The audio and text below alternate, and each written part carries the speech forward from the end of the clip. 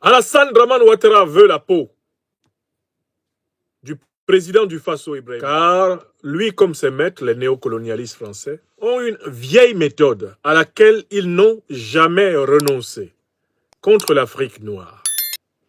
Elle consiste à tout faire pour assassiner celles et ceux des Africains qui incarnent la prise de conscience du peuple. Beaucoup d'historiens ont étudié ce fait. Et ils se sont rendus compte que la plupart des leaders de l'Afrique anglophone, de l'Afrique lusophone, qui ont fini par accéder au pouvoir après les guerres d'indépendance, n'ont pu le faire que parce que les colons anglophones, lusophones, avaient ceci de particulier et de différent des colons francophones, qu'ils n'assassinaient pas systématiquement les consciences et le leadership de ceux qui leur résistaient au nom des intérêts souverains et légitimes du peuple. En effet, si l'Angleterre, la Grande-Bretagne, avait appliqué les méthodes du colonialisme français,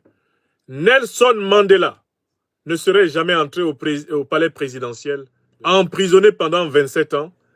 Il ne fut pas tué par les Anglais, qui, en raison de la légitimité reconnue de son combat, le gardèrent en vie pour pouvoir discuter avec lui, lorsque le rapport de force ne leur serait... Si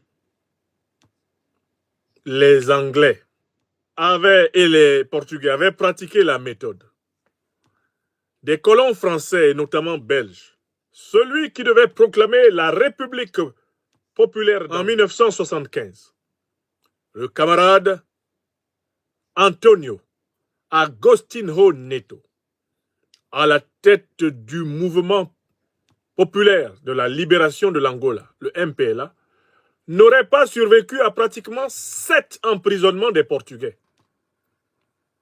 J'ai étudié en particulier son histoire. Je suis en train de préparer une analyse de sa philosophie révolutionnaire et poétique à partir de son œuvre intégrale, publiée par la fondation Agostinho Neto de Luanda, en Angola, que je sais. Neto fut emprisonné plusieurs